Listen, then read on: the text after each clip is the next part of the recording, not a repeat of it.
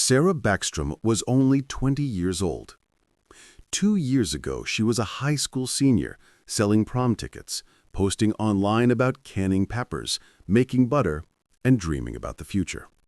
She graduated in June 2023 and joined the Army National Guard that same month. Her parents were proud. Her father called her "my baby girl" as he shared photos of her in uniform. And later, in her dress greens, he wrote, "My baby is a graduate now." In August, Beckstrom deployed to Washington, D.C. under President Donald Trump's initiative to use the National Guard to counter rising crime in the city. Just days ago, she was officially deputized so she could legally carry out security patrols in the district. Less than 24 hours later, everything changed. On Wednesday, while on patrol near 17th and I Streets, Beckstrom and fellow Guard member Staff Sgt. Andrew Wolfe were ambushed.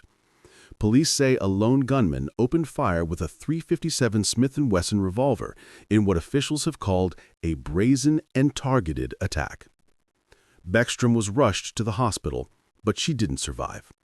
She died Thursday night with her parents by her side. President Trump called her an incredible person, outstanding in every single way, during a video call from Mar-a-Lago. Her body was escorted to the medical examiner's office by dozens of law enforcement vehicles in a solemn tribute.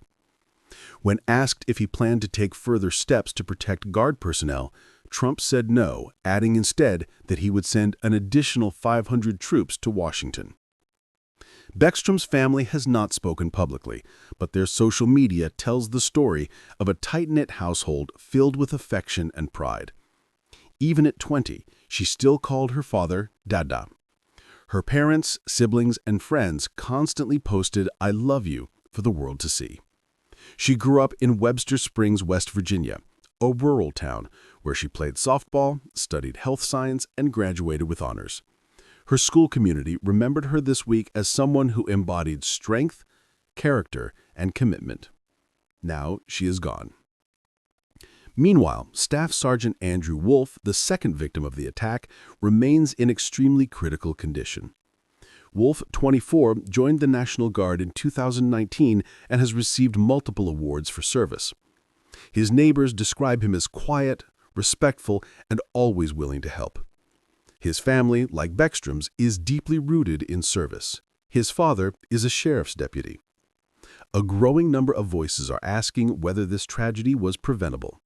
Critics argue the Guard should never have been deployed in the nation's capital, while supporters say Beckstrom and Wolfe volunteered knowing the risks.